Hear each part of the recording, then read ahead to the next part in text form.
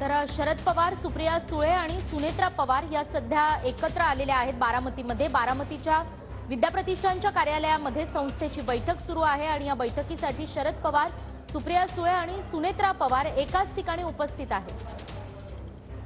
आपण थेट जाऊयात, आपले प्रतिनिधी सागर सुरवसे आहेत आपल्यासोबत। सागर, आपण पाहतोय हे एक वेगळं चित्र बघायला मिळतंय बारामतीमध्ये विद्याप्रतिष्ठानच्या कार्यक्रमासाठी सुनेत्रा पवार, सुप्रिया सुळे, शरद पवार एकत्र।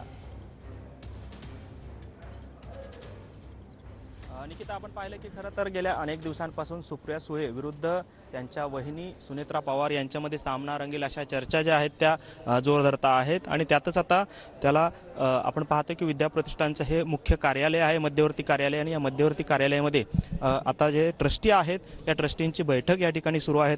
शरद पवार विद्याप्रतिष्ठानचे अध्यक्ष आहेत आणि त्यांच्या अध्यक्षतेखाली ही बैठक जी आहे ती सुरू आहे आणि आपण पाहतोय खरं तर या बैठकीला सुनेत्रा अजितराव पवार ज्या आहेत त्या देखील उपस्थित आहेत आणि त्याचबरोबर सुप्रिया सुळे या देखील उपस्थित आहेत। खरं तर सुप्रिया सुळे आणि सुनेत्रा पवार या दोघी एकत्रितपणेच या बैठकीसाठी जे आहेत ते उपस्थित राहिल्याचं आपल्याला पाहायला मिळतंय।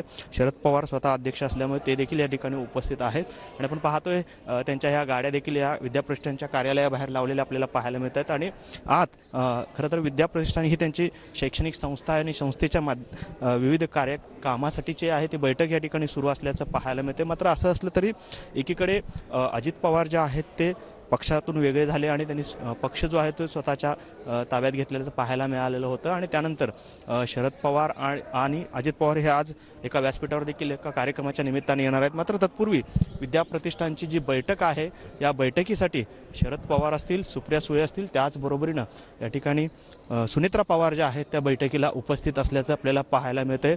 खरं तर हे खाजगी इमारत असल्यामुळे या ठिकाणी शूटिंग करणं अलाउड नाही। मात्र असं असलं तरी हे सर्व एकत्रितपणे या बैठकीमध्ये बसलेले आपल्याला पाहायला मिळत आहेत आणि यांची बैठक जी आहे ती गेल्या 15 मिनिटांपासून सुरू असल्याचं देखील आपल्याला या ठिकाणी पाहायला मिळतंय।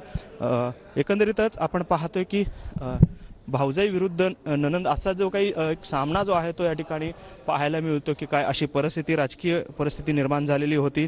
खरं तर इतकी वर्ष पवार कुटुंब हे एकत्रितपणे प्रत्येक गोष्टींचा सामना करत होतं। मात्र आता शरद पवार विरुद्ध अजित पवार असा सामना जो आहे तो एकंदरीत पाहायला मिळतो राजकीय वर्तुळामध्ये आणि त्याच्यानंतर अशा पद्धतीने खरं तर संस्थात्मक हा सर्व प्रकार असल्यामुळे या ठिकाणी त्यांना एकत्र जे आहे ते यावं लागतंय।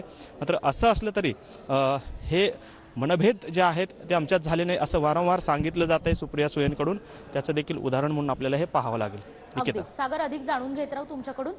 तर आपण पाहतोय बारामतीमध्ये विद्याप्रतिष्ठानच्या कार्यालयामध्ये संस्थेची बैठक सुरू आहे आणि या ठिकाणी सुप्रिया सुळे आणि त्याचबरोबर सुनेत्रा पवार सुद्धा एकत्रित आलेल्या आहेत आणि याच संदर्भात आपण पुन्हा एकदा जाणार आहोत थेट सागर सुरवसे यांच्याकडे। सागर, विद्याप्रतिष्ठानच्या या बैठकीमध्ये आज कोणकोणत्या मुद्द्यांवर चर्चा होऊ शकते?